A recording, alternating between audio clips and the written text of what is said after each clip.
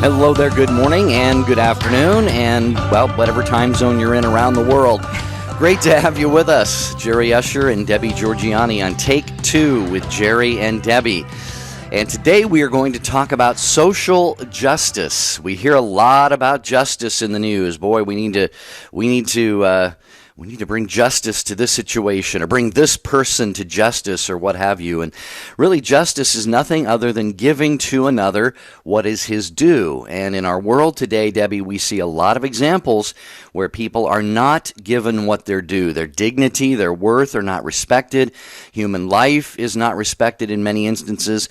And this is why the church, whenever you hear an office within a diocese or at the bishop's conference, it's always the office of justice and peace. Some people turn it around the other way.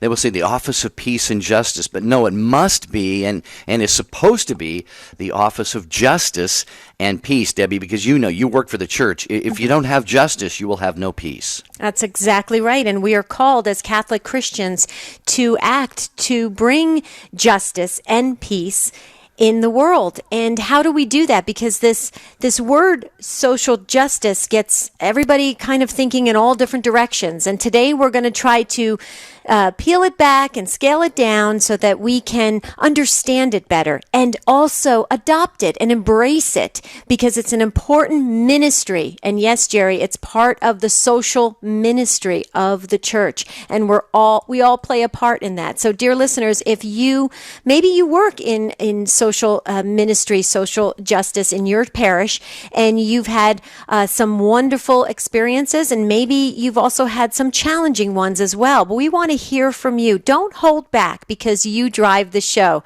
Number to dial. Now, when I give out this number, I just know you're going to call in, because it happens every single time we do this very quick show. 1-800-585-9396. You'll talk to Matt Gabinski. He's wonderful. He's our call screener. You'll be able to listen live, and then you'll jump in on the conversation. So don't hesitate. 1-800-585-9396. And as the name of this show implies, Take Two, we like to take maybe a unique look, kind of give you a different perspective on topics. And Debbie and I spend a lot of time together and even individually coming up with topics and subjects to discuss on this program that we believe are going to be impactful for you, are going to touch upon your life. And Debbie, I'll tell you, when it comes to the topic of social justice, this is an area that really does touch upon each one of our lives to one degree or another,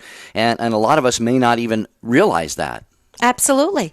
It's around us in our parish community every single day. If we are helping people advance and we are helping them to grow, that's part of the social ministry. It's in our homes, it's in our communities, it's in our neighborhoods. If we are being instruments of change in the culture, that's part of social ministry. And it's all plays a part. It works in conjunction with one another, and it's important for us to know our role. So many times we defer social justice ministries, Jerry, in the parishes, and I'm speaking from experience here, that we defer to one or two or a committee of people, and we think, okay, it's taken care of in our parish. We're going to take care of the homeless, and we're going to take care of the poor, and we're going to implement change in our local communities. But no, it requires all of us to participate somehow, whether it's in let's talk about it, time, talent, and treasure. We have to be an instrument of that change. And social justice is a wonderful topic to discuss today. It may be a little overwhelming to you, so just jump in where you're at, because everybody has a different definition of it. I will tell you, over 25 years working in the church, Jerry, everybody had a different definition of social justice. 1-800-585-9396. Well, I think one of the frustrations that many people run across is, Debbie, and you've probably experienced this, I certainly have, and that is you will find people who will put so much emphasis on the church's social justice teachings that then they will do so perhaps at the expense of a particular church doctrine or dogma. For example, we say that all persons are worthy of dignity and respect and so forth, and that can be extended then to say, well, we don't. In that case, we can't be concerned about the relationships that they enter into, whether they are godly or not, the actions that they perform. It's just simply, are we feeding the poor? Are we clothing the naked? And all of that. And so I think we got to avoid that confusion there, because Debbie, really, the orthodoxy of our doctrines and dogmas and teachings and beliefs, they are woven completely together with social justice teachings. There's no dichotomy between them. Absolutely, Jerry. You said that so beautifully, and it's very true, and that's what we need to talk about today. If we want to grow closer to God, if we want to be the best Catholic Christians we can possibly be on this earth, then it's important for us to tackle these very big issues that are in front of us that we're not sure. They're not issues, they're ministries, but they're issues for us sometimes because they're stumbling blocks. We don't know how to participate. We don't know if we're going to be labeled. And that's another thing. Social justice, there's a lot of labels that get thrown around, Jerry, when you start to throw the word social justice in the mix of a conversation. So we want to really talk about it and find out what is our place as Catholic Christians in this social justice ministry. 1-800-585-9396. That's the number to call. Don't hesitate. All right. Now, if you go to the usccb.org, that's the United States Conference of Catholic Bishops website. In fact, just do an internet search for Catholic social justice teachings, and it probably should take you, the first hit will probably be the USCCB website. They list 7 core themes, if you will, of Catholic social justice. Now, this might help you get a better handle on what we're talking about today, and then see your role in this, past role, or how you might want to get involved. So, Debbie, I thought maybe you and I could go down. We have prepared a few little notes here for people just to quickly talk about this. And, of course, Debbie, the first core element of social justice is the life and the dignity of the human person.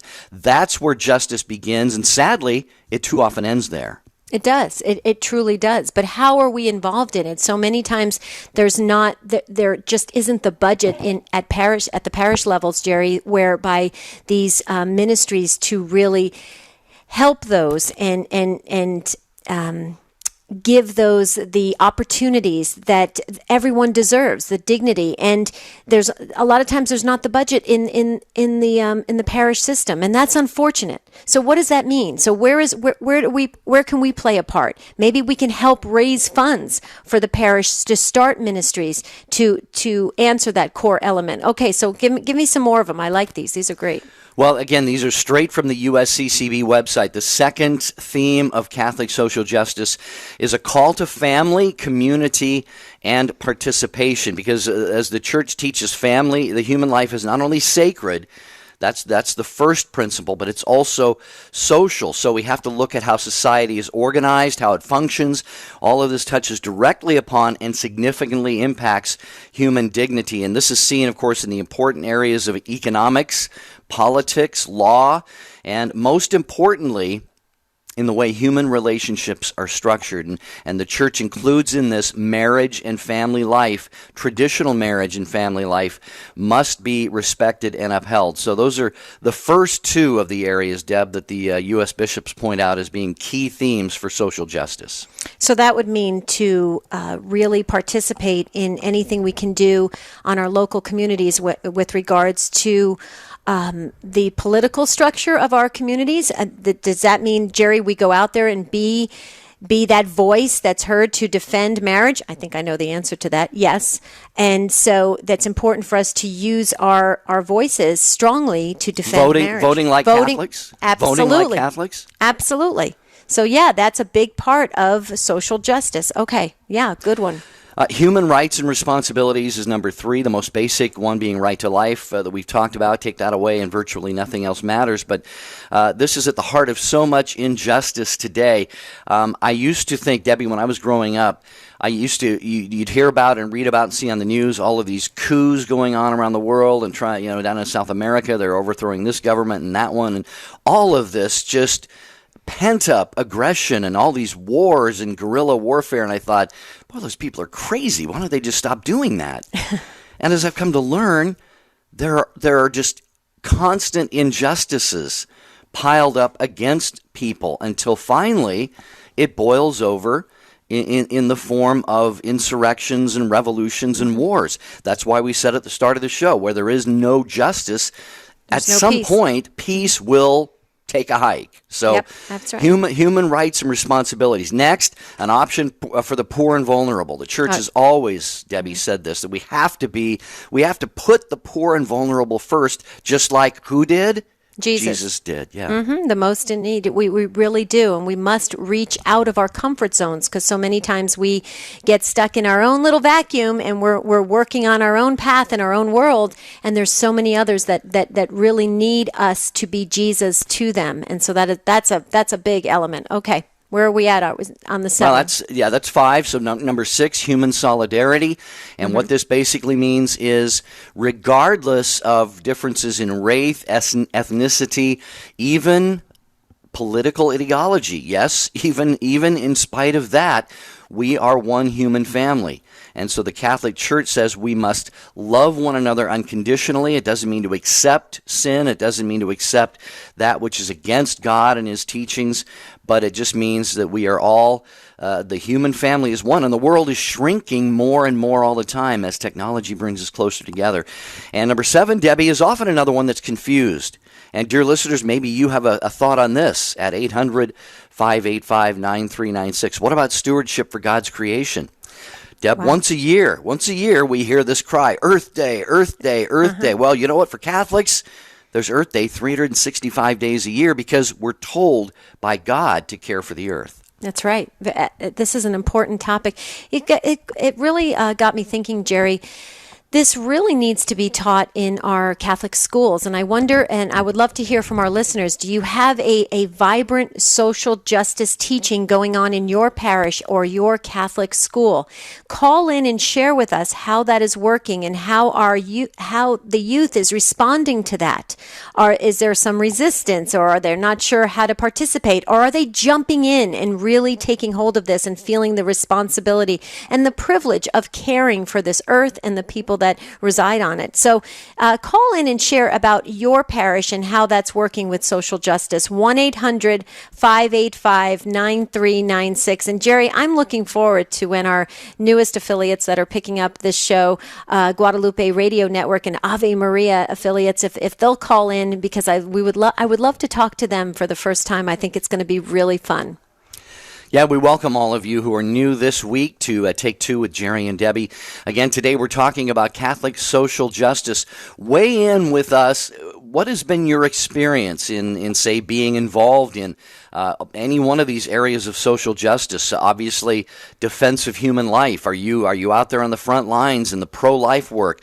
This also includes, of course, other things: euthanasia, embryonic stem cell research, cloning, human cloning, even the death penalty. What is your thought on the death penalty? Because the church has spoken very strongly on that in recent years, saying that there really is no circumstance in which it is justified in our day, simply because there are other means of handling those needs, those incarceration needs, and so forth. What about work? What about minimum wage and making sure that workers have proper working conditions? And we outsource so many companies do, Debbie. They outsource so many things to overseas, to underpaid workers, and so forth. What about stewardship of the earth, folks? These are things that we want to hear. What are you involved in? And Debbie, another thing is, when these come up in conversations with our neighbors, our coworkers, and our friends, we have to be able to articulate these things, because, as you know, there's no small no small amount of confusion right now in all of these areas in the world. Absolutely. But I think once these are presented in all of their truth and beauty, it can change minds and hearts. Well, yeah, if it's done in the purest sense, the way Jesus intended it for us, then it actually makes complete sense. When we start throwing labels that divide us, then people take sides and they take positions and they don't want to get involved, and then it changes and it morphs into something that it never was intended to be. Social justice is a beautiful thing.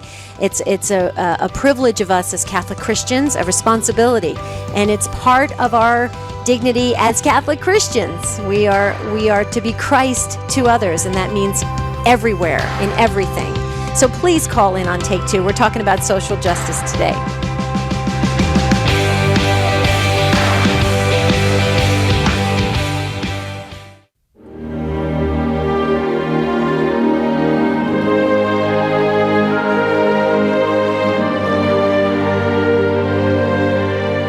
I'm Raymond Arroyo with Mother Angelica, A Remarkable Life. In the year 1943, Rita Rizzo, Mother Angelica, came to this house. It was the home of Rhoda Wise. She was a healer, a woman who also had visions of Christ and St. Teresa, the child Jesus. She erected in her bedroom, as you can see behind me, an altar. This is her bedroom here with the statues. Young Rita would see this example, this devotion and her attention to detail, and mimic it in her own life. When Rita went home, she built her own altar next to her own bed. She would pray there in the evenings. This would pave the way to a religious vocation and an incredible work. Stay with EWTN as we celebrate the life and legacy of Mother Angelica. Hello, this is Father John Paul Mary. This is Debbie Georgianni, co-host of Take Two with Jerry and Debbie. My friends, this is Bishop Kevin Vann of the Diocese of Orange. I want to thank you very much for listening to the EWTN Global Catholic Radio Network.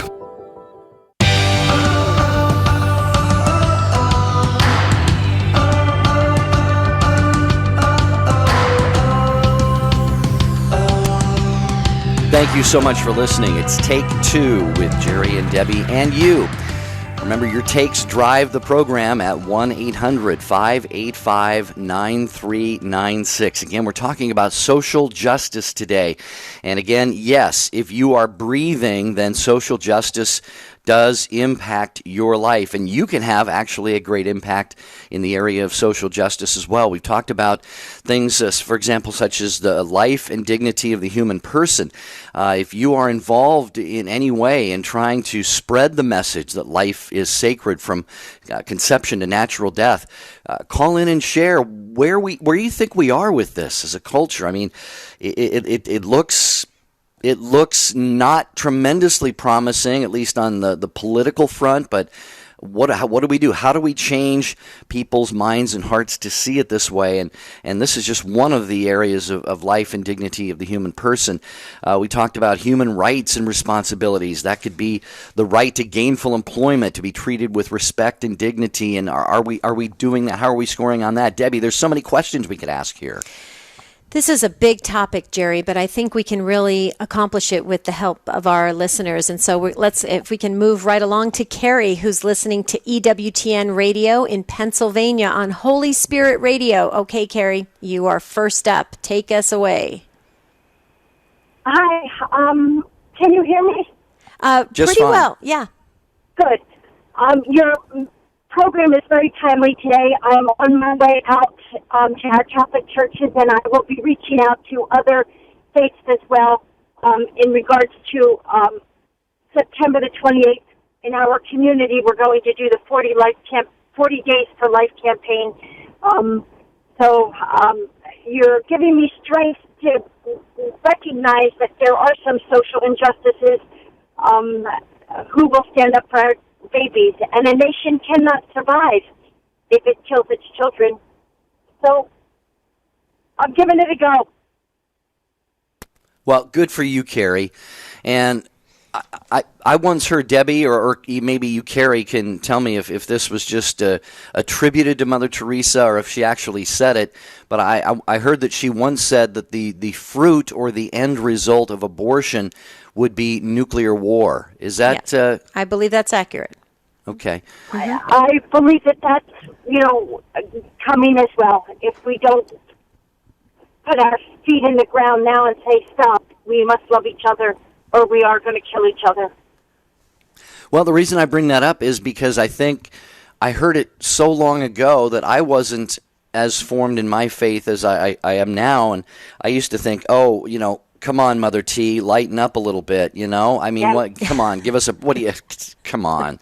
It's a little bit extreme. But when you think about it, if you will take the life of the most innocent, most vulnerable, defenseless, purest, holiest, the ones Jesus loved the most, if you'll take their life callously, what life will you not take? Am I on, Carrie and Debbie, am I on track with that? Absolutely. I think so. Don't you think so, Carrie? Yes, ma'am. Yes, Well, that's true. yeah, and the thing is, Jerry, you're not alone, because a lot of people used to, I know from being in adult formation, that Mother Teresa's words, they would think they were, like you just said, a little extreme, but she was so beyond our comprehension of things, and in her simplest way, she was so profound, and it was amazing, and I believe in my heart of hearts that today, all of these things that were not, I hate to use the word predicted, but all these things that were professed are now coming true for all of us. We see the chaos. We see the confusion. We are experiencing, if you just have to turn on the news. Carrie, can you agree with this? It's crazy. I've never seen the news so, the best word I can use is discombobulated. It's all over the place. Nothing seems sane anymore. And Carrie, for you to go out there and to be an instrument of change and to be able to defend life, I think that is beautiful, and God bless you for that. And Thank you. Go ahead. Thank you. I hope that we all have the courage to stand up for the injustices, no matter where they are. And I will leave you to that. And have a good day, and I continue to listen to your program. Goodbye. Thank you, Carrie. Thank Yeah, you. she great point there, Deb. She says she hopes that we all have the courage to stand up to injustices, because so much of what's gone on in the last 20, 30 years, Debbie, the political correctness, it's almost like it really does take a heroic act of courage just to simply tell the world that 2 + 2 = 4 anymore. Right, to tell the truth. It takes a strong act of courage and strength. That's why we must pray for that strength to go out there and speak the truth. You never would have thought you had to do that, Jerry, because the truth is the truth. And yet now we have to defend the truth beyond any words and everything. So we need help. We need God's help in this. So I commend Carrie for really taking on that ministry. And yes, that is exactly what we're talking about on social justice. Number to dial in, there's an open phone line just for you. So please, we say this every time. If you feel prompted by the Spirit, don't hesitate. That means the Holy Spirit is nudging you just a little bit to share your experience and wisdom with the rest of us so we can grow as well. 1-800-585-9396. Okay, Alan, listening on one of our newest affiliates, Guadalupe Radio in Houston. Hi, Alan. Welcome to Take Two with Jerry and Debbie. Yes, good morning. Great topic, and I just say kudos to Carrie on there as well. My concern is that a lot of the offices with Office of Peace and Justice, whereas we want to have that theme. It is part of the Catholic Church. That there really might be. The concern is there are going to be front groups.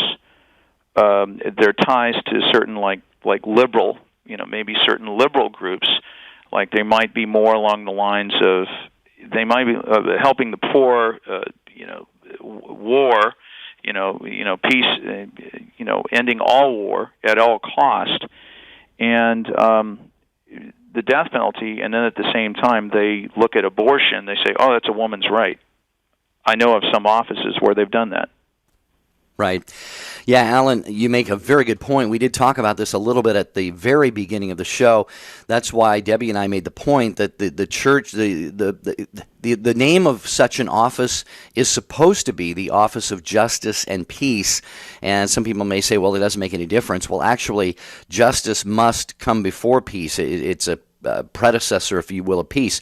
But to your point, and we made this point as well, that a lot of people will co-opt the church's, say, office or message of social justice with a a less than A+ record in terms of doctrine and teaching and so forth.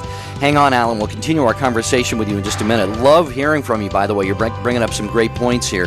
Take Two with Jerry and Debbie. Number is 1-800-585-9396. What area of the church's social justice teachings is of interest to you? Give us a call.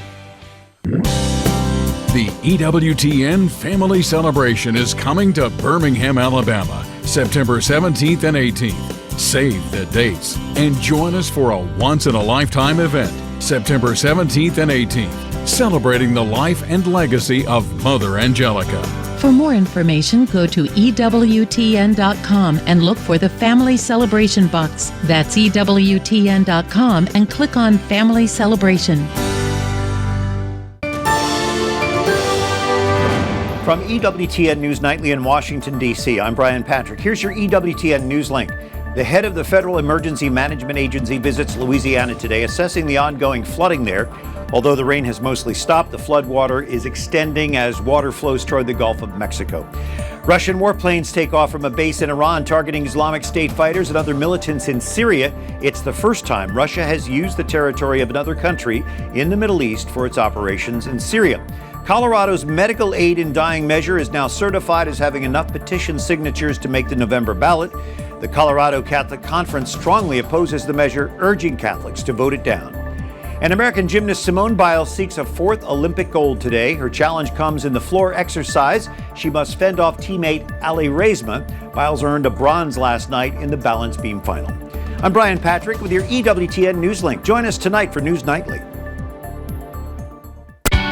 More to Life with Dr. Greg and Lisa Popcak. The church has 2,000 years of wisdom to share on what it takes to live life gracefully. We're so overwhelmed by how much our faith has transformed our marriage and family especially. We want everyone to experience the incredible gift that the Catholic vision of life and love really is. More to Life with Dr. Greg and Lisa Popcak. Weekdays, 10 a.m. Eastern on EWTN Radio.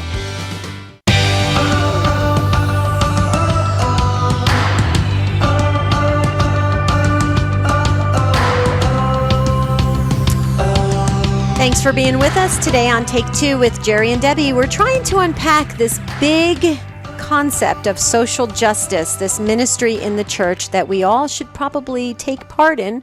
Well, we definitely should take part in, but it's a tough word because it has many interesting definitions to it, and we're trying to talk about it and really explore where we fit in and have a better understanding so we can walk away from this hour with a little bit better understanding of ourselves and our role as Catholic Christians. And before the break, we were talking to Alan in Houston, Texas. Alan, first of all, I just want to say you answered our call. We asked for a Guadalupe Radio Network listener to call in, so welcome to the Take Two family, Alan. So thank you for that. But you were sharing, your comment had to do with, and I believe we talked about it, as Jerry said at the beginning of the show, and that's one of the reasons that I believe, Alan, from working in the church for so many years, that the social justice ministry has kind of gotten a bad name, and I'll share with you why. It's exactly what you just said, that sometimes there are agendas that are pushed within the social ministry umbrella, and they are contrary to our church's teaching. And it's very dysfunctional. It doesn't serve a purpose, and it usually divides the ministry. And it sounds like, Alan, have you heard of that, or is that something that you've maybe experienced? I've read articles in some publications. One of them is The Wanderer, in which many offices, and sometimes it's focused on a specific diocese, in which they had ties to liberal groups, certain front groups, organizations, whatever, that took money, and then it found out that they were promoting abortion. They had ties to Planned Parenthood. It had ties to gender, let's say, groups, like the LBGT, the militant community. I'm not talking about individual of the community. I'm talking about like front groups, militant groups that have had this, and when it's exposed, it's reported on that sometimes it's swept under the rug, or it's not dealt with. Maybe you might have a bishop that might not take care of it, that might not address it. It's the elephant in the room, and no one wants to address it. That's not to say that there are not some offices that are doing the correct thing. I don't want to, rain on their parade. I'm sure there are offices throughout this country, throughout the world, that are doing the correct thing, what they're doing. But there are some, cases where it has happened. I know. Yeah, that's very true. I have personal experience with that myself. I've worked in many different church environments, and not in chanceries, Alan or Debbie, but very closely associated to chanceries. And so I've seen my share of that as well. I think all of what you're talking about, Alan, and what we've been discussing is going in a very good direction. And I would just offer this as a thought here, and we've got other callers to get to as well. But it's so. I think sometimes we misjudge the motives of some of these people. I'm not saying that them, weaving in unorthodox teachings and practices and immorality and so forth is right. But it's one thing that is, I think, noble about them is they do want to just roll up their sleeves and dive in and try to make life better for other people. But here's an example that came to mind that simply it doesn't work, and that is, say you're working among the poorest of the poor, and you bring them food, and you bring them water, and you bring them medicine, and you bring them condoms, because you say, oh, well, you folks, you're so poor, my goodness, you couldn't possibly afford to have a baby. There you've just poisoned the water. Right. It's unfortunate that the good motives and the good actions can be tainted and poisoned by maybe something that's well-intentioned but still is gravely wrong. Misguided. Does that strike a chord at all? Oh, yeah. It would have been better not to bring the food. I'm sorry to say this, but it would have been better not to bring the food and the water at all, because you were going to have that in the back of the mind. I don't know if that's Well, maybe, Alan, Alan, and here's the thing: a lot of parishes that do have vibrant social ministries up and running, I think it's important for those of us who are Orthodox to get involved and to keep people accountable, because it's human nature sometimes to rationalize, to compromise, to change direction because of whatever experience that person or persons are feeling at the moment. And it's important for us to dive in. But if we sit on the sidelines, see, this is the thing that always gets me, Alan, is that when I was in recruitment at the parish level for volunteers, it always was mind-boggling to me how people would sit and they would watch the ministries happen, and they had great insight and great comments about the direction of how ministry should go in parish, but they were unwilling to jump in. They were unwilling to be that instrument of change. And I just think it's a call to action for all of us to be a voice, to educate each other, to help each other, because we're on a journey. We're on a path together. And if it is a misguided intention, Jerry, like you were sharing with that example that you shared, then it's our job to really help each other and to work with each other to get them to see the truth.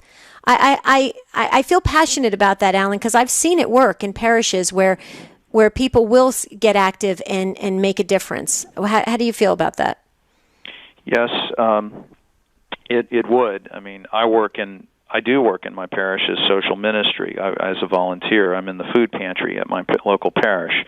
Beautiful. And I would, I'd put, I don't know if I should say this, I'd put those guys on the pedestal. I think they've got it right, because I know them. They're human. They're on a journey like myself too. And it's like, but I know these people. Maybe I don't know what's going on in these other offices and all these other ministries, but it's like, but I work with these guys. I work with they're mostly women. And the women know how to, I'm going to say this, the women know how to organize it. They do. I would agree with you, Alan. Even the men. I would agree too. Yeah. I'm a little biased there. Yeah.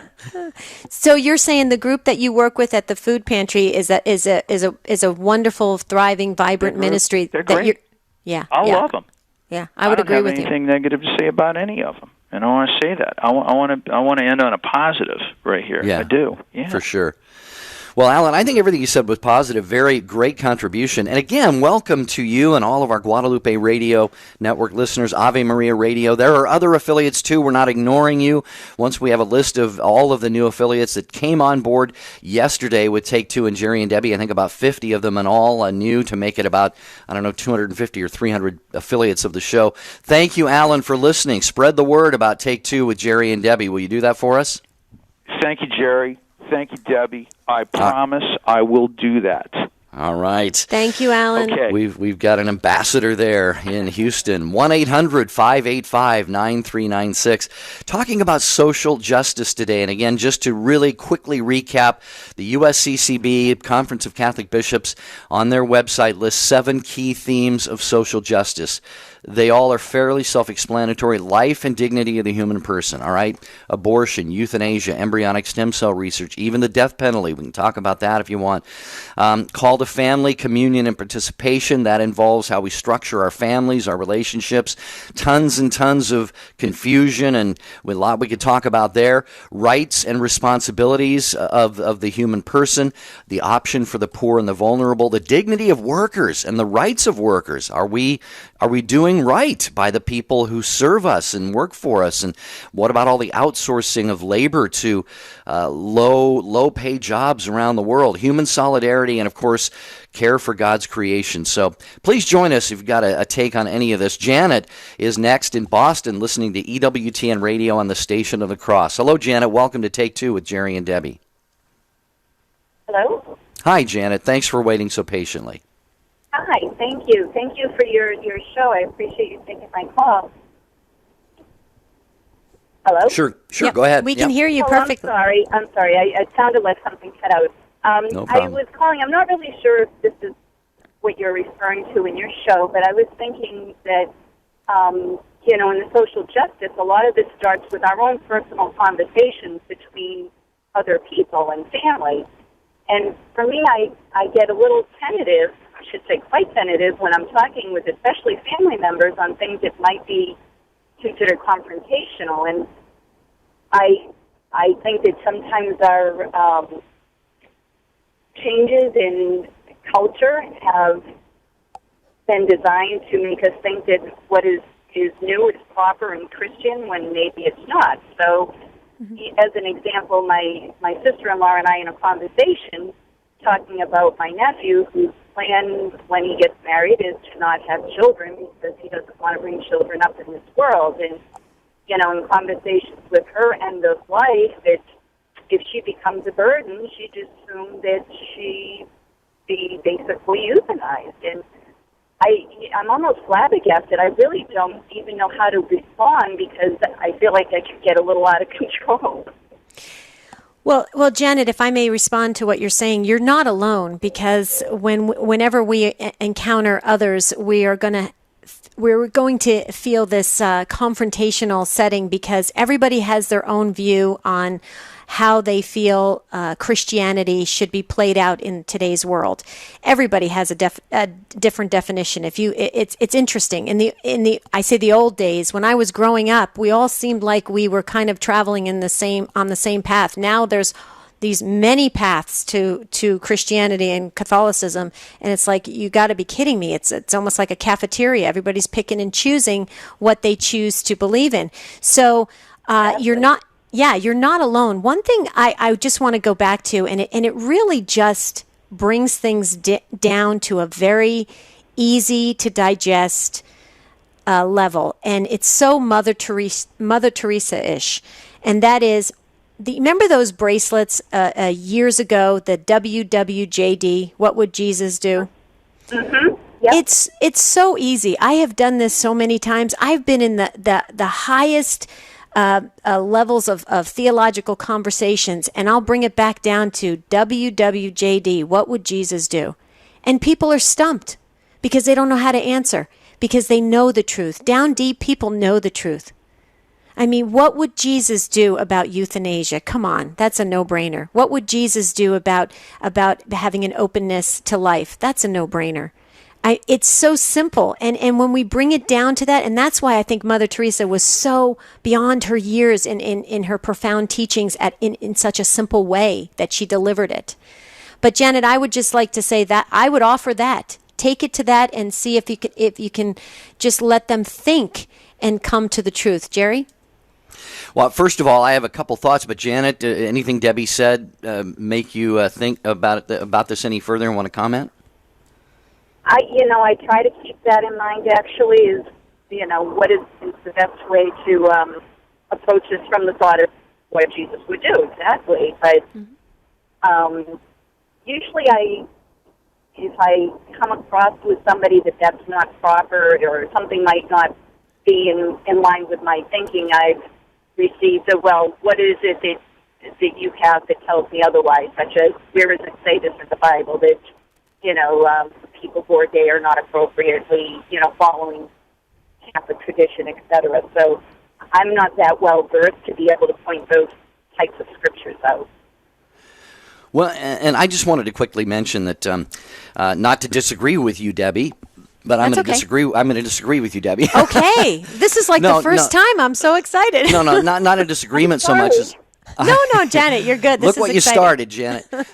No, I just want to say that I'm not so sure that it's as much a no-brainer for some people. When we say, if we were to ask somebody who wanted to say, I don't want to bring kids into the world because the world's just a mess now, and out of charity to their potential souls, I don't want to bring them into the world. I'm not sure that saying to them, what would Jesus do? Or on the other end of life, euthanasia. Well, of course, it's a no-brainer that we shouldn't do this. Jesus wouldn't do that. All I'm saying is that we have the light of faith to be able to see that. Mm-hmm. And, we did a show once, but for the grace of God go I. And Debbie, look, I'm not pushing back. I'm not. No, I see what you're saying.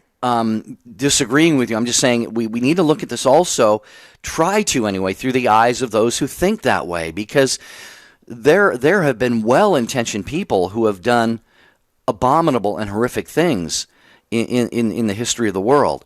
And it doesn't make their actions right, but we just have to sometimes and have deepen that conversation. And I think my philosophy is, Debbie, and I think you do this well too, is to be a listening ear.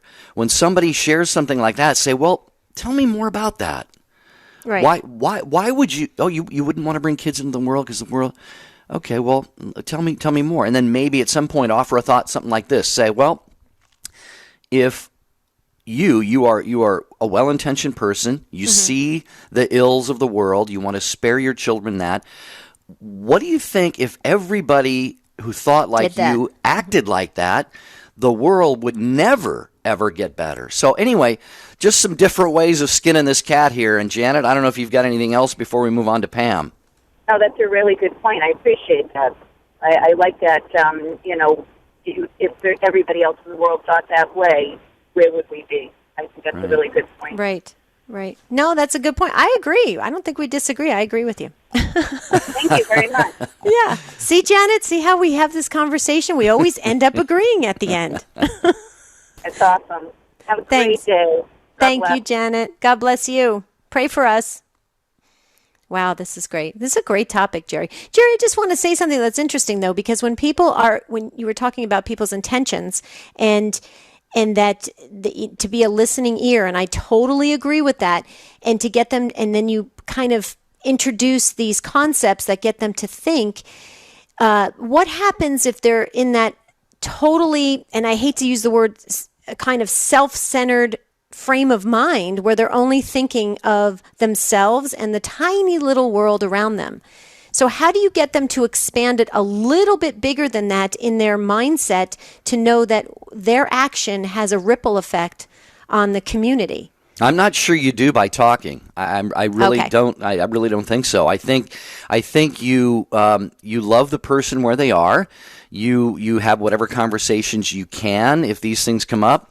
If they're just simply hardened in their position, then I think prayer is the thing to do at that point.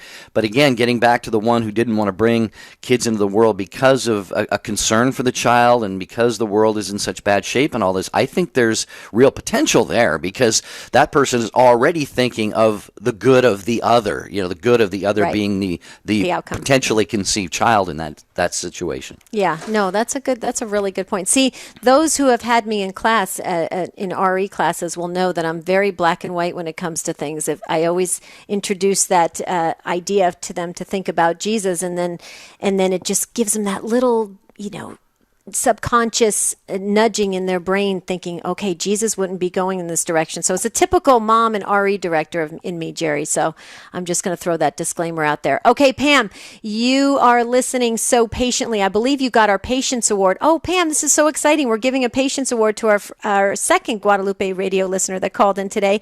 And that's you in Woodlands, Texas, listening to EWTN Radio on the Guadalupe Radio Network. Hi, Pam. Welcome.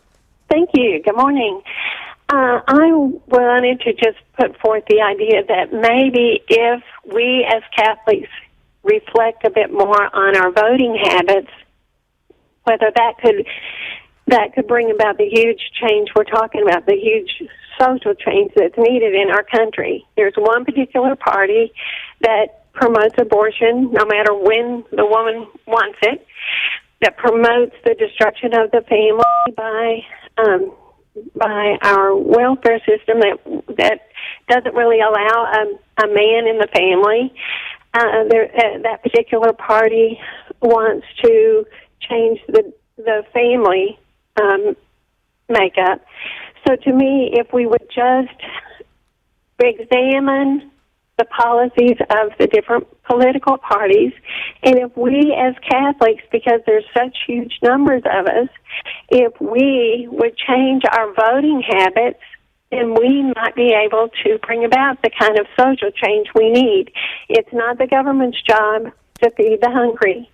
It's our job as Christians. So to me, I would just love to promote all those people that vote for that party to just examine whether or not, and reflect on whether or not they could bring about a change just by changing their voting habits.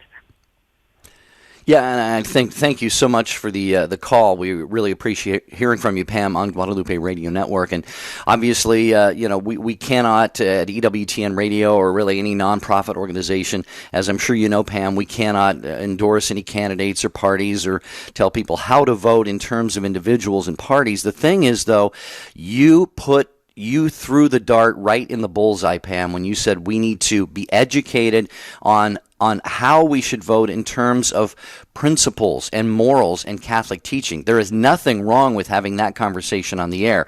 And the U.S. bishops, in fact, talk about that in their 7 themes of social justice on their website. In fact, the second one they list is a call to family, community, and participation. And they talk about how we organize our society as being so important. They list politics as one of those things. We have a right and actually a duty to inject ourselves into the political system. We have so many voices and forces today, Pam and Debbie, telling us as Catholic Christians, hey, keep your nose out of this. This is not your realm. It's not your domain. Well, if God created everything and we are the family of God, then you tell me how it is that we don't have a role to play in politics. Debbie, I'm going on and on here. I want you to say something. Well,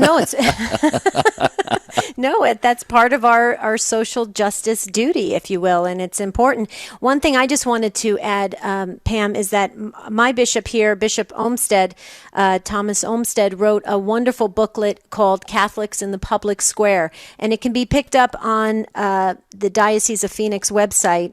Or you can even just Google in Catholics in the Public Square, and it's brilliant. It's a easy booklet. It's been revised several times, several editions of it, because people just want it again and again and again and have him update it, and it's wonderful. And it really does sum up what our role is as Catholic Christians in the culture, in the political scene, and everything. And so I just would encourage you, if you feel prompted, to check that out, Catholics in the Public Square by Bishop Olmsted. So any comments, Pam, on what Jerry had to say?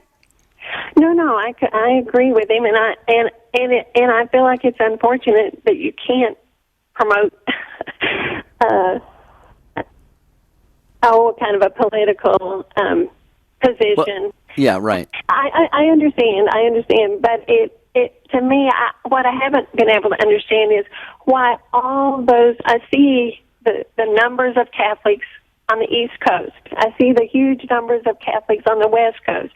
I just don't understand why they don't see if we voted our Catholic principles, we could have made a huge change years ago. Abortion is the law of the land. I know that, but so was slavery, and we made a change and I think a change is possible, but only if we vote together. Well, that's right. And I'll tell you one thing, Pam, and this is not to, I agree, it would be really nice, and there are those people on the radio who legally can say, I endorse this candidate or that party or whatever. We obviously can't simply because of our tax, nonprofit status. And that's just, it's the field that we play on. But you know what? I don't think in the end it should have to matter if Here's what the only thing that should be required for a Catholic to hear in order to know who to vote for. All a Catholic should need to hear is these are what the bishops put on their website. We need to vote for parties and candidates who uphold life. We need to uphold parties and candidates who will uphold marriage and family and the rights and the dignity of the human person and all of the things that the bishops mentioned, the option for the poor and the vulnerable, the dignity and rights of workers, human solidarity, and, of course, care for creation of the earth. I think if we put those principles out there and if we teach, which, Debbie, is your domain, I know, don't you think, Debbie, if we do this, that alone, if that doesn't get someone to vote properly, then there's something deeper needed in their minds and consciences. Right. It's all about formation, Jerry. You're absolutely right on. Absolutely. We need much more religious formation, and that would change a lot of things. Pam, we just got word from our wonderful producer, Rich Jesse, that Bishop Olmsted's book is available on EWTNRC.com. That's EWTN's religious catalog. EWTNRC.com. That's Catholics in the Public Square. Thanks, Pam, so very, very much for your wonderful take today. We needed it. It helped us shape this conversation. So God bless you in Texas today. Wow. All right, yeah, and unfortunately, Kevin and Doug and Mike, it looks like we're going to have to not get to your calls today. Sincere apologies for that, but we just run up against the clock each and every time. But Kevin is another Guadalupe radio listener in Washington, D.C. Doug is listening on the Station of the Cross in Buffalo. Mike has us on the Lamb Radio in South Dakota. Thanks, guys, so much. Debbie, tomorrow is a topic of your choosing, so let our listeners know what they need to be prepared for tomorrow. Wow, and what a great show today, you guys. Great job on all the takes today. But tomorrow is about family rifts. If you have a disconnection in your family, how is that affecting your spiritual life? We're already getting Facebook posts on it. So, dear listeners, this is going to be a whopping show tomorrow. Wow. Jerry? All right. Yeah, family rifts, the painful truth. Have your calls and takes ready on that tomorrow. Don't forget, please do us a favor. Go to take2show.com. Right on the right-hand side is the big yellow JND logo, Jerry and Debbie. That takes you to our website. Pay a visit today and post your prayer intentions there. We'll talk to you tomorrow. Have a beautiful and blessed day.